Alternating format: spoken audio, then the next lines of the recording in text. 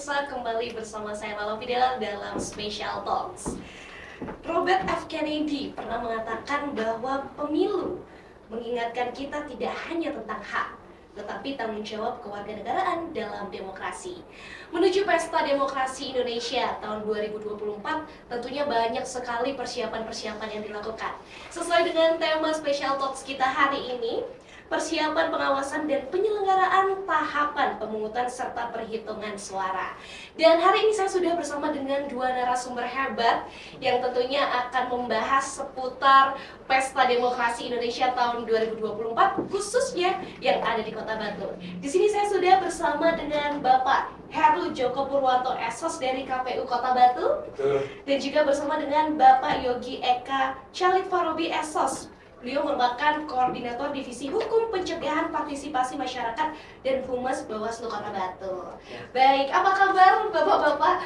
Alhamdulillah sehat. Sehat ya, harus sehat dong menuju pemilu ya, yang sudah mungkin dalam hitungan hari lagi ya, bukan hitungan bulan. Nah, bagaimana Bapak-bapak mempersiapkan pemilu tahun 2024 ini? Mungkin dari Bapak Heru bagaimana? Baik Mbak Lala dan selamat siang. Salam sehat untuk semua pemirsa ATV dimanapun berada. Kami kalau ditanya persiapan, kami sudah mempersiapkan 2 tahun yang lalu. Jadi start kami mulai 2022 itu sudah starting untuk persiapan. Dan saya mengingatkan kepada pemirsa dimanapun berada, kita tinggal 22 hari lagi menuju pemilihan. Baik, 22 hari ini cukup singkat ya Pak kalau kita lihat ke depan nanti. Cukup pendek waktunya. Sangat singkat, iya. Baik, kalau dari Bawaslu sendiri bagaimana Bapak? Untuk persiapan, jadi tepat di momen tanggal 22 Januari ini ya, 22 hari jelang pemilihan, itu pagi tadi nih, di 3 kecamatan, di Batu, terus Bumiaji, dan Jontejo, dilaksanakan pelantikan terhadap 611 orang pengawas tempat pemungutan suara. Jadi itu menandakan bahwa Bawaslu, jajaran di bawahnya, Panwascam, Panwas Kelurahan Desa, termasuk hari ini pengawas tempat pemungutan suara itu telah siap dalam mengawal jalannya proses demokrasi elektoral tahun 2024. Seperti itu. Baik. Sudah dilakukan pelantikan sebanyak berapa Pak? 611. Baik, selama 22 hari ke depan menuju pemilu nih, apa saja kira-kira hal-hal yang belum terselesaikan? Kalau belum terselesaikan kayaknya pemilu ini sebuah proses gitu ya. Artinya setelah termasuk juga pemilu ini ada semacam limitasi waktu. Tidak ada yang terselesaikan, tidak ada yang belum terselesaikan. Nah, tapi prinsipnya kita sedang mempersiapkan, ya kan, sebagai pengawas pada momen terpenting di antara seluruh momen tahapan pemilu. Kan mulai dari awal dulu ada pendaftaran peserta pemilu, terus kemudian pendaftaran pemilih, hari ini kampanye, terus masa tenang, pungut hitung, dan rekap. Nah, tahapan paling krusial itu adalah tahapan pungut hitung, termasuk juga logistik ya, penyiapan logistiknya. Nah, itu kemudian betul-betul akan kita persiapkan. Artinya apa? Mulai dari sumber daya, kita akan upayakan sebelum nanti di masa tenang. Efektif teman-teman PTPS itu bekerja di masa tenang, 2 hari sebelum masa tenang. Nah, di dalam waktu yang jeda yang sampai tanggal 8 Februari ini, tadi pagi dilantik, kita melakukan persiapan dalam rangka penguatan kapasitas. Mereka adalah tidak sekedar orang lama, tapi juga orang-orang baru. Kenapa syarat kita adalah, memang tidak tertulis sih, tapi kemudian undang-undang menurunkan syarat bagi pengawas itu 21 tahun, ya kan? Nah, maka antusiasmenya kemarin luar biasa. Termasuk mungkin juga di KPPS. Nah, mereka ada yang lama dan yang baru. Yang lama dan yang baru, meskipun undang-undangnya sama, tetap akan kita lakukan penguatan kapasitas. Baik secara formal, ya kan, bersama, maupun secara non formal, misalnya di rumah-rumah PKD-nya atau di masing-masing desa, kemudian membahas terkait aturan, regulasi, tata cara pengawasan, sekaligus penegakan hukum berkaitan dengan pengawasan, pemungutan, dan penghitungan suara. Nah, itu yang hal umum yang kita persiapkan. Karena hal yang menjadi tantangan atau yang belum selesai, insya Allah karena pemilu sudah ada limitasi waktunya, ada batasan-batasannya, itu kita sudah selesaikan. Nah, seperti itu, Mbak. Baik, berarti harus melewati beberapa proses yang cukup panjang ya Pak. Betul. Mungkin bagi pemirsa yang ada di rumah ini masih bingung perbedaan antara KPU dan juga Bawaslu. Mungkin dari KPU sendiri Pak, boleh dijelaskan? Sebetulnya KPU, Bawaslu ini dan DKPP ini adalah satu kesatuan sebagai penyelenggara pemilu ya yang ada di Indonesia. Jadi 3 lembaga ini ada tupoksinya masing-masing. Kalau beliau di Bawaslu adalah pengawasan, kalau kami di KPU adalah secara teknis, ya mempersiapkan segala sesuatunya. Kita yang ketiban campur untuk istilahnya nyinoman, ya gitu ya. Mungkin bisa disimpulkan bahwa KPU ini yang turun langsung ke lapangan Betul, untuk kalau melihat prosesnya gitu ya Pak? melaksanakan, bukan Melaksanakan, melihat ya. baik. Kita melaksanakan proses, ada beberapa tahapan yang sudah kita persiapkan dari awal tadi. Bahwa yang pertama awal kita mempersiapkan data. Jadi kita pendataan data pemilih dulu. Setelah itu baru SDM-nya yang kita persiapkan. Setelah yang SDM, penguatan kelembagaan tadi sama. Nah, hanya yang membedakan kami adalah pelaksana teknis, kalau beliau ada di pengawasan, kalau di KPP ada nanti di bagian penanganan hukumnya. Jadi KPU dan Bawaslu ini memiliki tugasnya masing-masing. Kalau Bawaslu ini mengawasi jalannya, kalau KPU yang melaksanakan yang turun langsung di lapangan. Nah, kita akan melanjutkan perbincangan kita mengenai persiapan pengawasan dan penyelenggaraan tahapan pemungutan serta perhitungan suara khususnya yang ada di Kota Batu. Baik, Bapak Heru, Bapak Yogi, kita akan melanjutkan perbincangan bagaimana dari Bawaslu maupun KPU mempersiapkan setiap anggotanya dalam pemilihan umum kali ini. Mungkin boleh dijawab dari Bapak Heru? Baik, ya, terima kasih. Kita sudah mempersiapkan yang namanya badan etos.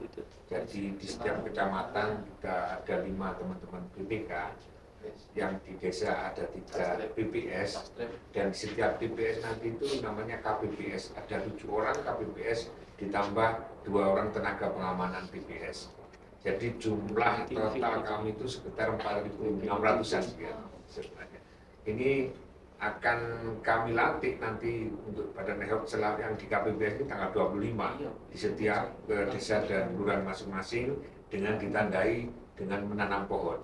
Nah, itu nanti. Jadi kita mempersiapkan tentunya dalam kesiapan di penyelenggaraan, nanti ujung tombak pelaksanaan ini sebetulnya ada di teman-teman KPPS. Maka kita harus mempersiapkan secara matang, secara detail bagaimana cara pelaksanaan dan lain sebagainya di KPPS melalui pimpinan teknis, melalui training of trainer dan lain sebagainya. Formulasi-formulasi itu akan kami lakukan sampai menjelang pencoblosan. Jadi menuju pemilu ini kita melaksanakan yang namanya bimbingan juga ya Pak terhadap KPPS. Kita mengalir ini setiap hari di setiap desa, setiap kelurahan. Bahkan kami mengelompok-mengelompok, tidak harus semua jadi satu. Karena materi ini kalau kita jadikan satu misalnya dengan jumlah besar maka penyampaiannya kurang. Jadi kita kelompok-kelompok. Ya. Baik. Kalau dari Bawaslu sendiri bagaimana Bapak? Prinsipnya sama. Impact, terus kemudian semacam belajar secara peer group gitu ya, yang sebaya. Terus kemudian, nah memang di jajarannya Pak Heru di KPU itu jumlahnya relatif besar. Di KPPS saja 7 plus 2 pengaman. Kalau kemudian di BPS ya, di tingkat desa itu ada 3 plus sekretariat. Kami di desa hanya 1. Pengawas kelurahan desa itu hanya 1 tanpa sekretariat. Kemudian di pengawas TPS juga hanya 1. Nah, prinsip pelaksanaan penguatan kapasitasnya sama dengan fintech, dengan belajar bersama. Terus termasuk ketika ada teman-teman KPPS penguatan kapasitas, jajaran pengawas diundang. Ya, artinya ada penguatan pengetahuan. Nah, karena apa, Mbak? Di pengawas TPS atau jajaran pengawas itu memang ada 2 syarat. Selain memahami tahapan, juga kemudian bagaimana memahami cara melakukan penegakan hukum, penegakan regulasi, ya kan? Nah, proses teknis, aturan pun juga harus sama, harus diketahui detailnya. Tapi juga ketika bagaimana terjadi kesalahan, terjadi potensi atau dugaan pelanggaran, maka pengawas ini juga dibekali tata cara bagaimana melakukan penegakan. Ada konsep-konsep yang namanya saran perbaikan, ada himbauan, ada kemudian penanganan pelanggaran administratif. Nah, ini maka 2 hal inilah yang perlu kita perkuat sebagai bentuk bagian dari peningkatan kapasitas, sebagai bagian dari bagaimana menyiapkan sumber daya untuk menghadapi pemilu agar lebih berkualitas, lebih berkeadaban, dan nanti kemudian memperoleh pemimpin-pemimpin yang sesuai harapan masyarakat. Seperti itu. Baik, cukup panjang ya kalau tadi kita sudah bahas di segmen 1 sampai segmen 2 ini. Cukup panjang sekali untuk persiapan pemilihan umum tahun 2024. Nah, kalau kita ngomongin soal pemilu ya Bapak-Bapak ya, pasti tidak terlepas dari yang namanya kampanye. Nah, menurut Bapak-Bapak sekalian, bagaimana pelaksanaan kampanye di Kota Batu? Apakah sudah sesuai dengan aturan yang ada atau bagaimana? Boleh kita dijawab? Baik, kalau kampanye, kalau di Kota Batu, alhamdulillah, karena kita menerapkan konsep kekeluargaan ya, jadi relatif tenang di Kota Batu pelaksanaannya. Adapun ada beberapa istilahnya ria-ria atau pelanggaran itu saya kira masih relatif ada, namun nanti divisinya beliau yang bagian menertibkan. Jadi kampanye di Kota Batu sangat arif, tidak bergejolak dan masih mengemukakan seduluran. Baik, kalau dari Bapak Yodi sendiri gimana? Jadi kampanye itu kan metode atau cara ya penyampaian visi misi dan program. Ada sekitar 9 metode, misalnya kemudian tatap muka belusukan, terus pertemuan terbatas, rapat umum, terus iklan kampanye di mana media sosial, termasuk pemasangan alat peraga kampanye yang di jalan-jalan. Nah, dalam proses kampanye mulai bulan 28 November sampai hari ini memang mayoritas di Bawaslu adalah berkaitan dengan potensi pelanggaran terkait metode kampanye, alat peraga kampanye, dan bahan kampanye. Kenapa? Karena di Kota Batu ini cukup spesifik, ada aturan yang bernama Perwali 23 tahun 2012 tentang penataan atribut partai politik.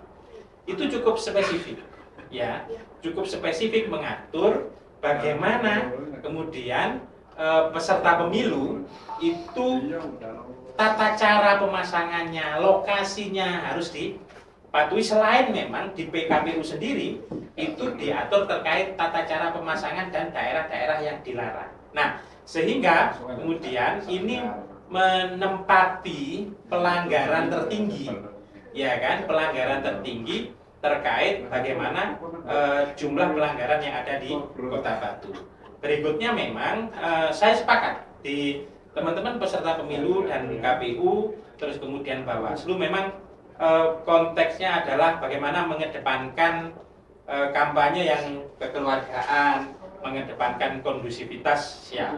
Nah, dalam setiap pertemuan atau menggunakan kampanye bentuk lain, memang selama ada STTPK atau selama memberikan pemberitahuan, insya Allah akan diawasi.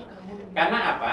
Setiap pemberitahuan yang masuk atau kemudian kan wajib nih Mbak, peserta pemilu itu memberitahukan kepada kepolisian, ditembuskan kepada KPU dan Bawaslu. Nah, selama proses itu berlangsung, kita balas dengan memberikan yang namanya himbauan.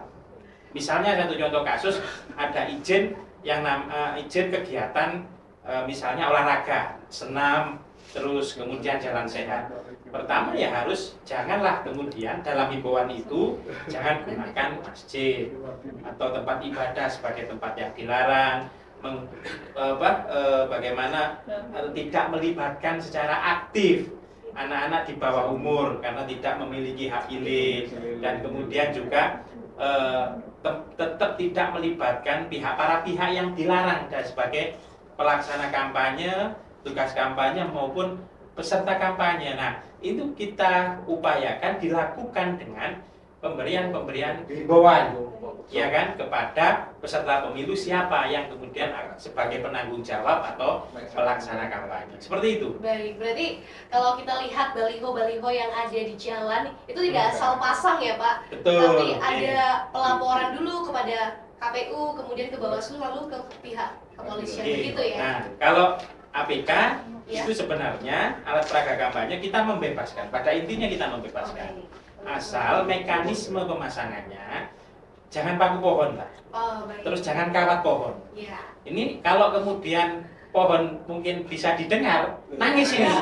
Nah itu. Baik. Jadi keadaban atau penghormatan terhadap etika lingkungan itu kemudian kita junjung tinggi. Termasuk di memang gini Mbak, misalnya di pertigaan nih, Ya. dipasang atau di mulut gang dipasang, pengguna jalan terganggu, tetap maka mereka itu kemudian menyampaikan ke jajaran pengawas melalui tindakan nanti penertiban, ya kan, yang dilakukan sebenarnya Satpol PP dan pengawas ini kemudian dilakukan penertiban sehingga aspek keamanan itu betul-betul kita jaga. Ya memang karena keterbatasan, terus termasuk juga bagaimana kerjasama yang dilakukan dengan Satpol PP ini memang masih belum semua untuk kemudian tertangani, tapi masuk menjadi pelanggaran itu sudah, tapi kemudian penanganan dengan penertiban itu memang belum. Tapi gini, proses tahun ini beda. Kita menyebut pengawasan APK itu dengan cara-cara humanis. Jadi tetap kita ingatkan per surat untuk dipindah atau diperbaiki tata cara pemasangannya ketika tadi menggunakan kawat, paku pohon, terus kemudian ditempatkan di tiang dan segala macam, kita minta untuk diperbaiki. Janganlah pakai paku atau janganlah pakai kawat, coba pakai tali. Nah, karena pasti 75 hari ini nggak akan, kita asumsikan nggak rusak nih pohon, nah, seperti itu. Jadi ada beberapa peraturan ya yang harus ditaati untuk para peserta pemilu calon-calon ini harus memperhatikan beberapa hal-hal tersebut. Nah, tadi kan juga disampaikan bahwa adanya rapat umum ya. Itu bagaimana Pak untuk jadwal-jadwalnya? Kalau jadwal rapat umum kita sudah mulai tanggal 21 sampai nanti tanggal 10. Baik. Jadi rapat umum itu adalah pengumpulan massa di suatu tempat baik terbuka ya. Mereka lebih dari 100 orang dengan memakai atribut, itu juga mekanismenya sama, harus melaporkan dulu, harus memberitahu Bawaslu ke kepolisian dengan harapan bisa terdeteksi di mana dan dijaga keamanannya. Tapi sampai saat ini dari pemberitahuan yang masuk belum ada yang mau masuk di Kota Batu. Baik. Baik, jadi KPU dan juga Bawaslu ini memiliki sinergi yang kuat yang Harus, menciptakan iya. pemilu yang aman, yang tertib, pesta demokrasi di tahun 2024. Baik mirsa, kembali di Special Talks kita masih membahas menuju pesta demokrasi di Indonesia tahun 2024. Baik, saya masih bersama dengan Bapak Heru dan juga Bapak Yogi. Kalau tadi kita berbincang bagaimana proses kampanye yang ada di Kota Batu. Nah, selanjutnya ini kita akan berbincang mengenai bagaimana pelayanan hak pilih bagi masyarakat untuk pemilu tahun 2024 ini, Pak. Monggo, silakan. Baik, sesuai dengan tagline KPU melayani, Baik. jadi memastikan bahwa seluruh masyarakat Kota Batu ini terlayani hak pilihnya. Itu yang pertama itu. Yang pertama kita sudah menetapkan DPT di dalam Kota Batu. Setelah menetapkan DPT, kami memberikan kesempatan kepada siapapun yang mau memindah pilih, namanya DPTB atau pindah pilih itu bisa. Ini bisa diurus di semua jajaran kami, baik mulai dari desa, kelurahan, ataupun di KPU. Hak pindah pilih ini apabila ada beberapa alasan, misalnya pindah tugas atau tapi KTP-nya tetap Batu, bertugas di tempat lain atau sekolah atau tempat belajar dan lain sebagainya, pindah domisili. Ini kita layani 30 hari sebelum hari H yang berakhir tanggal 15 kemarin. Namun kami masih mempunyai ruang dengan ketentuan 4 item yang nantinya hari H-7.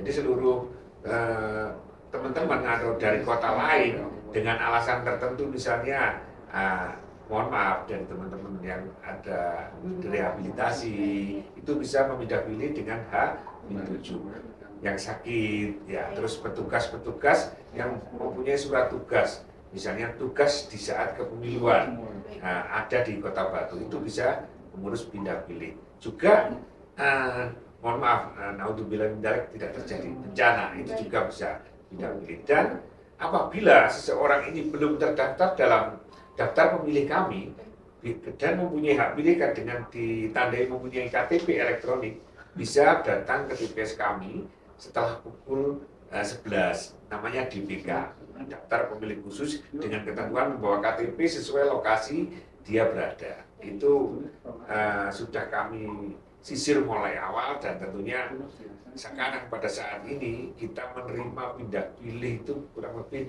1.433 itu pindah yang masuk sedangkan yang keluar ada 600-an lah itu pindah keluar jadi yang keluar itu pindah tugas belajar dan lain sebagainya intinya kami melayani dengan tentunya dibantu oleh teman-teman jajaran dari Bawaslu seperti menginformasikan ke kantong-kantong pindah pilih seperti di teman-teman di SAB, teman-teman di sekolah-sekolah perhotelan dan lain sebagainya. Kemarin berbondong-bondong ke kantor KPU untuk mengurus pindah pilih tersebut. Kalau dari Bawaslu sendiri bagaimana Bapak? Oke, apa yang disampaikan oleh Pak Heru selaku Ketua KPU tadi memang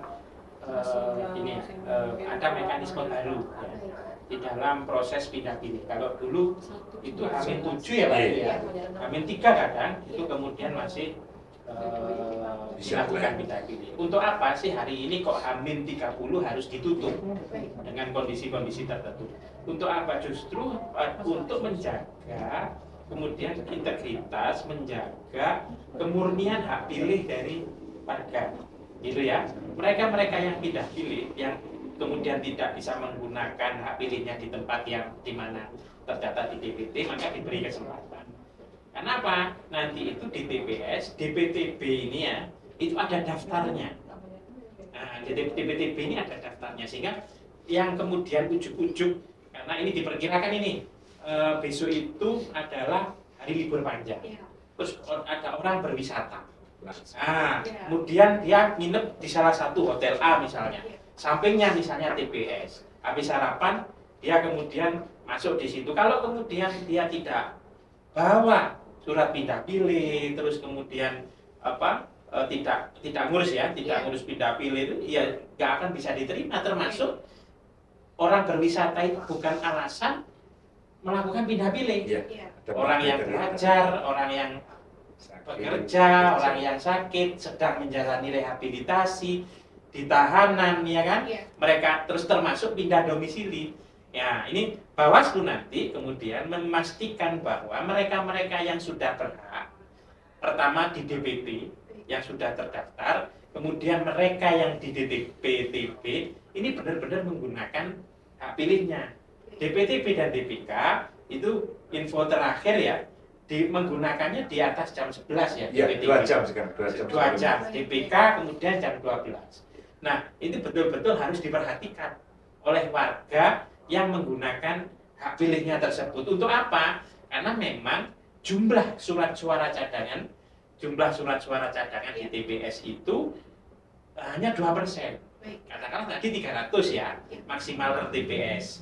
Nah, 2%-nya kan hanya sekitar 6 misalnya ada kantong-kantong DPTB misalnya dari sekolah Alkitab Batu, sekolah kemudian berasrama, sekolah tinggi agama Buddha, masuk PHL, pondok-pondok pesantren, itu kan potensi. Nah, masuk di satu TPS yang terdekat 6 atau 5, kemudian jagani 1 untuk DPK. Nah, ini harus menjadi perhatian, betul, mapping kita. Nah, termasuk orang yang meninggal. DPT ini cukup panjang, ditetapkan 21 Juni. Sedangkan pelaksanaannya itu Februari, Juni 2023, pelaksanaannya Februari 2024. Nah, setiap hari kita mendengar ada tetangga yang meninggal, terus kemudian ada yang pensiun dari TNI Polri, secara otomatis dia sebagai pemilih pemula dan segala macamnya, itu dinamikanya muncul. Nah, terhadap itu penting bagi pengawas jajaran termasuk juga jajaran KPPS dan pengawas memastikan memang betul-betul yang memang TMS seperti meninggal tadi tidak menggunakan hak pilihnya. Yang memang belum mempunyai hak tapi belum tercatat di DPT, dia memiliki KTP elektronik, nanti masuklah dilayani dalam pemilih yang DPK. Nah, ini memastikan bagaimana hak pilih ini memang berjalan, memastikan bahwa menjamin hak pilih warga. Tapi kemudian yang lebih penting adalah bagaimana hak pilih ini dijalankan sesuai aturan. Itu tugas KPU. Tadi teknis, kami kemudian mengawasi. Seperti itu. Kalau ngomongin soal hak pilih itu juga tidak mudah ya Pak ya, ada beberapa tahapan-tahapan. Berarti misalnya saya ini di Batu ini lagi magang gitu ya, domisili saya di luar kota Batu, berarti saya harus melakukan pelaporan untuk pindah hak pilih gitu ya. Gitu. Oke. Baik, kalau kita ngomongin soal pemilihan juga tidak jauh-jauh dari adanya TPS, setiap TPS yang ada di Kota Batu. Nah, Kota Batu sendiri sudah ada berapa TPS Pak untuk pemilihan tahun ini? Untuk tahun ini kita, kalau di tahun 2019 kita ada di 757. 775. Namun sekarang kita kena istilahnya restrukturisasi DPS sehingga kita perlu efisiensi. Karena satu DPS itu di dalam undang-undang disebutkan bisa untuk 500 pemilih. Namun kami memaksimalkan 300 maksimal dalam satu DPS. Ini juga memperhitungkan letak geografis, letak antara jarak pemilih dengan satu dengan yang lainnya agar di tengah-tengah. Maka kita ambil yang 300. Sekarang ada 611 TPS. 611 TPS. Betul. Masih cukup banyak ya Pak? Cukup banyak, dan ini pun sebetulnya masih, kalau menurut masyarakat masih kurang. Oh, masih kurang. Karena masyarakat inginnya TPS itu di dekat rumahnya. Baik. Tinggal berdekatan ya. Tapi dengan perhitungan kami, dengan jangkauan dan di geografis 611 ini sudah ideal di Kota Batu. Baik, cukup ideal ya. Jadi ada 611 TPS yang ada di Kota Batu. Jadi jangan lewatkan hak pilih Anda untuk memilih. Nah, untuk kesiapan dari logistik pemilu sendiri ini bagaimana Pak? Logistik, alhamdulillah Kota Batu semua logistik kepemiluan ini sudah masuk di Kota Batu. Termasuk yang logistik utama adalah surat suara. Surat suara ini nanti pemirsa akan, masyarakat akan menerima 5 surat suara bagi yang masyarakat Kota Batu. Kalau DPTB tadi kita masih melihat dulu pindahnya dari mana. Baik. Misalnya antar provinsi, antar kota itu tadi berbeda. Nah, sekarang dipermudah dengan sistem, dengan aplikasi ini. Tatkala seseorang mengurus DPTB, ini maka sudah akan input, sudah ada keterangannya bahwa dia akan milih berapa kartu suara. Oh baik, jadi dipermudah dengan adanya teknologi. Iya betul. Logistik kami sudah masuk gudang kami, sudah tinggal setting packingnya. Ini sudah selesai pelipatan. Setelah selesai pelipatan, kami mengecek kembali masalah percetakan apa saja, masalahnya banyak sekali, penting-penting dibutuhkan baik nanti sebagai logistik utama maupun tambahan, baik yang ada di luar kota maupun yang di dalam kota. Nah ini sudah kita persiapkan. Nanti juga kita untuk logistik ini harus tepat jumlah, ya, tepat kualitas, tepat waktu. Ini untuk dalam distribusi nanti. Ini sudah kita persiapkan. Nanti dalam hal setting pack ini kita akan menggunakan teman-teman dari jajaran pengawas juga dari teman-teman ad hoc PPK, PPS juga kami libatkan. Ini untuk biar mereka memastikan bahwa TPS-nya nanti jumlahnya sekian, surat suara yang dibutuhkan sekian. Baik. Kalau dari Bawaslu sendiri apakah turut andil Pak dalam persiapan logistik ini? Ya, pasti teman-teman KPU itu mengabarkan gitu ya. Pasti teman-teman KPU mengabarkan ketika misalnya surat suara DPR datang, surat suara DPRD Kabupaten Kota datang, itu pasti dikabarkan. Bahkan melean itu sudah biasa ya. Melean sudah biasa. Termasuk hari ini tetap teman-teman pengawasan karena ada memang perintah. Ya, karena perintah itu kemudian dalam melakukan pengawasan ini saya cerita ya, bagaimana proses pengawasan dilakukan oleh Bawaslu. Jadi bukan kemudian memang kalau pengawasan itu kemudian barang datang kita ada di situ atau kegiatan kampanye itu disebut pengawasan langsung. Instrumennya apa? Instrumen yang digunakan adalah ada alat kerja pengawasan, ada form A, yaitu yang kemudian sejauh mana ketepatan yang disampaikan oleh Pak Ketua KPU tadi, ketepatan jumlah, ketepatan kualitas, ketepatan jenis, ketepatan waktu pengiriman dan pendistribusian itu kemudian menjadi fokus. Sehingga jangan sampai kemudian ada yang telat, surat suara tertukar. Nah, fungsi kita mengawasi itu jadi situ. Terus kemudian rusak masuk di kemudian turut dilipat dan segala macam. Nah, ini kita mengantisipasi bagaimana agar kerusakan, kekurangan surat suara, kekurangan perlengkapan dan dukungan perlengkapan itu benar-benar tidak terjadi pada hari H pelaksanaan pemungutan dan penghitungan suara. Termasuk bagaimana nanti misalnya distribusi Pak Heru ya, dari KPU ke desa. Ya, karena di kita kan jarak dari pusat atau dari kantor KPU kan ke yang terjauh misalnya di Sumber Berantas atau kemudian di daerah Berau, Gunung Sahari atau kemudian itu kan bisa dijangkau dalam hitungan menit, ya kan, dalam hitungan menit, sehingga proses yang dilakukan nanti pendistribusiannya memang sangat mudah, tapi nanti bagaimana ketepatan pendistribusian, keamanan, karena ini musim hujan misalnya, betul. Nah, jangan sampai nanti kemudian terganggu oleh kelembapan, terganggu oleh air dan percikan air dan segala macamnya. Nah, itu kemudian menjadi fokus pengawasan, sehingga ketika misalnya ada hal yang ini potensi kebocoran atau potensi kemudian kelempas air gitu kan, nah ini kita sampaikan, tolong ditindak, tolong diamankan. Nah, proses-proses itu sampai nanti digunakan pada hari H dan kemudian dikirim lagi untuk keperluan rekapitulasi di kecamatan, bahkan sampai penyimpanan pasca pemungut hitung selesai itu untuk logistik ya, untuk bagaimana intinya adalah bagaimana mengurangi gangguan-gangguan ya, karena dukungan ini perlengkapan dan dukungan perlengkapan ini cukup cukup kompleks ya Pak Heru ya, cukup kompleks, cukup banyak, mulai tinta, pulpen, ya kan, surat suara itu sendiri, bilik, kotak. Nah, jangan sampai kemudian proses penyimpanannya, proses penggunaannya ini kalau kurang satu saja ini sudah masalah. Maka aspek antisipatifnya kita awasi ya, mulai dari awal barang datang.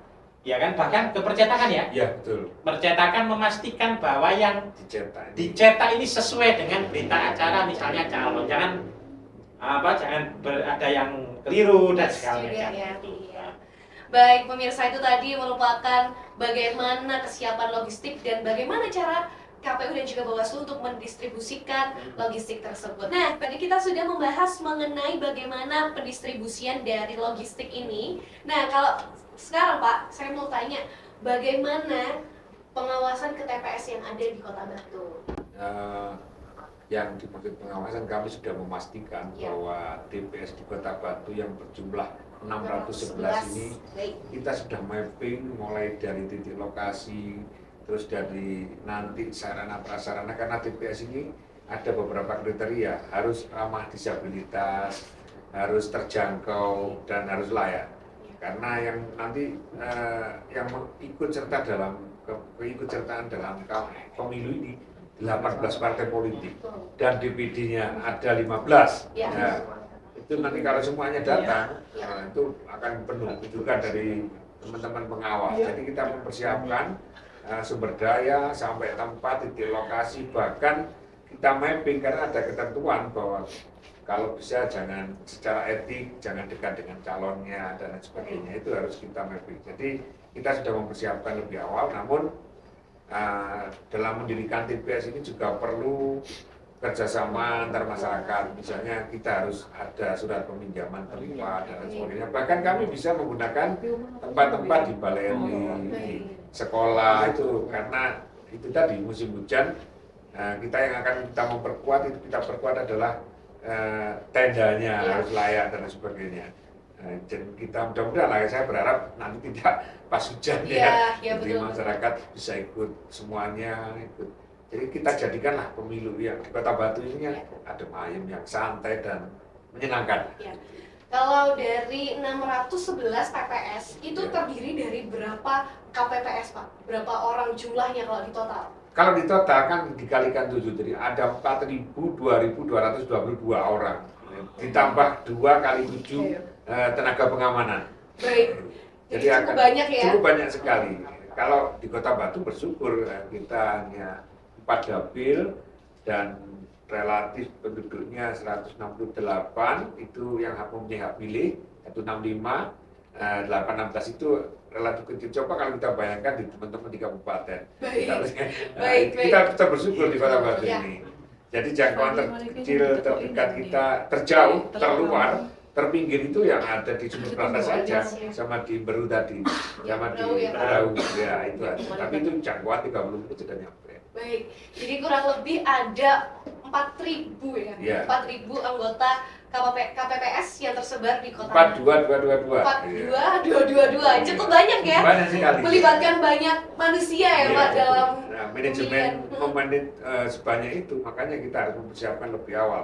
Baik. Kita harus mengelompokkan, terus kita membuat modul-modul yang gampang dicerna, dan lagi nanti harus teman-teman KPPS ini, makanya kita senang saya mencari yang muda-muda, bukan karena apa, karena sekarang ditunjang teknologi. Baik, biar satset juga ya Pak. Teknologi ini karena nanti untuk itu kita menggunakan sistem informasi rekapitulasi Sirekap. Jadi mereka spesifikasi HP-nya juga harus kita perhatikan. Baik, jadi pemilihan umum tahun 2024 ini cukup, mungkin ada sedikit perbedaan dari tahun-tahun sebelumnya ya Pak. Ada, Tahun banyak, ini ya. memanfaatkan teknologi Iya. juga yang ada, begitu ya Pak ya? Ya betul, dengan adanya teknologi ini kita berharap tidak seperti kemarin sampai Ya. malam, pagi lagi. Baik. Insya Allah dengan adanya bantuan alat untuk menghitung ini, alat Sirekap ini, alat bantu Sirekap namanya ini, saya targetkan maksimal jam 9 malam sudah selesai. Sudah clear semuanya Sudah clear. bersih gitu. Baik, mungkin dari Bapak Yogi sendiri. Proses tadi yang di awal saya sebutkan ya Iya. bahwa puncak dari tahapan pemilu ini adalah hari H pemungutan Betul. suara 14 Februari 2024 yang awalnya hari kasih sayang ya, Ya, kemudian diganti hari kasih suara nih. baik. Nah, untuk lebih melakukan semacam validasi hasil, mewujudkan cita-cita pemilu yang berkualitas, berkeadaban, yang jurdil, dibutuhkan adanya partisipasi atau peran serta masyarakat dalam pemilu. Ya. Nah, termasuk bagaimana nanti di hari H. Memang kita butuh nih fasilitasi ya. Ada yang punya garasi, bisa digunakan untuk TPS atau halaman rumahnya yang yang representatif, bisa dipinjamkan untuk pelaksanaan tempat pemungutan suara, sehingga ini memang sesuai dengan aturan. Ya. Kan ada aturan 8 kali 10 minimal. Ya, betul. 8 kali 10 menyediakan tempat untuk KPPS sendiri, PTPS sekaligus saksi yang hadir plus tempat duduk untuk mengantri. Itu ideal. Nah, itu sehingga partisipasi yang bentuk fasilitasi itu sangat-sangat dibutuhkan oleh masyarakat, ya kan? Nah, dukungan ini penting untuk lancarnya pemilu, termasuk bagaimana proses pemilu, Ya. penjagaan oleh masyarakat umum. Kita itu pengawas TPS itu hanya satu Mbak di setiap TPS. ya. Ya, PTPS yang tadi dilantik itu. Nah, tapi kemudian akan lebih indah kalau kemudian masyarakat itu memang betul-betul kemudian turut serta mengawasinya. Di PKPU atau termasuk di mana? Di PKPU tentang pemungutan dan penghitungan suara, PKPU 25, termasuk juga di 66 ya, juknisnya, tata cara lebih. Memang kita di masyarakat itu diperbolehkan masyarakat pemantau Ya. memfoto hasil. Nah, memfoto hasil itu bentuk dari penjagaan. Jadi kita tetap berkomitmen ya, KPPS, PPS, PPK, KPU, termasuk kita Bawaslu tetap berkomitmen menjaga jangan sampai satu suara pun tercuri. Yes. Ya kan, tercuri itu dipindah, Iya. dihilangkan atau apapun.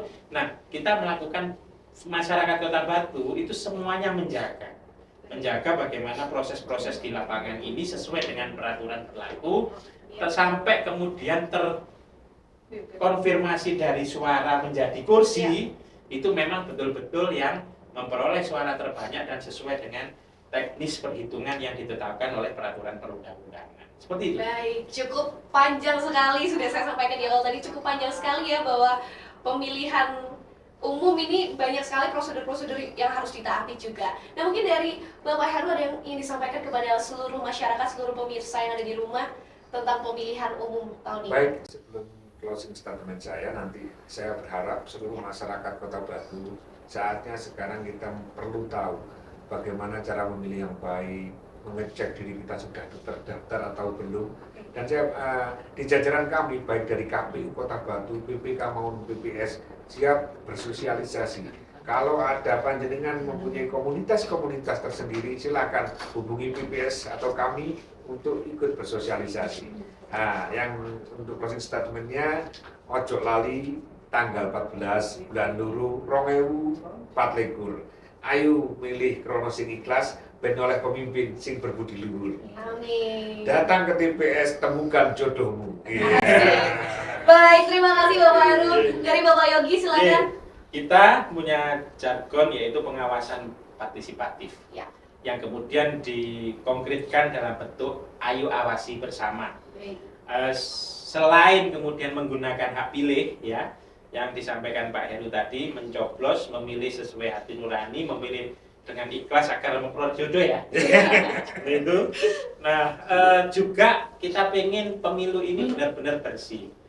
Bersihnya adalah bagaimana tidak ada tindakan-tindakan yang mengindikasikan sebuah pelanggaran. Contoh, jauhilah politik uang, jauhilah politisasi sara, jauhilah ujaran-ujaran kebencian, ya black campaign dan sebagainya. Maraknya media sosial itu kemudian seiring menjadi sangat subur. Nah, masyarakat Batu guyup rukun, cerdas, ya kan? Nah, ini kemudian menjadi patokan bersama ketika kita berduyun-duyun untuk memilih pemimpin. Awasi mulai dari awal, prosesnya sampai kemudian akhir bahkan setelah terpilihnya pemimpin yang kita coblos tersebut. Baik. Baik, jadi untuk seluruh pemirsa Agropolitan TV dimanapun Anda berada, gunakan hak suara Anda apabila Anda sudah memiliki hak suara tersebut. Jangan sampai Anda golput ya. Betul ya Pak? Karena milenial sekarang golput aja deh, golput aja. Nah, jangan sampai Anda golput. Gunakan hak suara Anda sebaik-baik mungkin di pemilihan umum tanggal 14 Februari tahun 2024. Luar biasa sekali, terima kasih banyak Bapak Heru, Bapak Yogi atas perbincangan kita mengenai pesta demokrasi nanti. Dan akhirnya saya Fidela pamit undur diri beserta kru yang bertugas. Sampai jumpa di Special Talks berikutnya.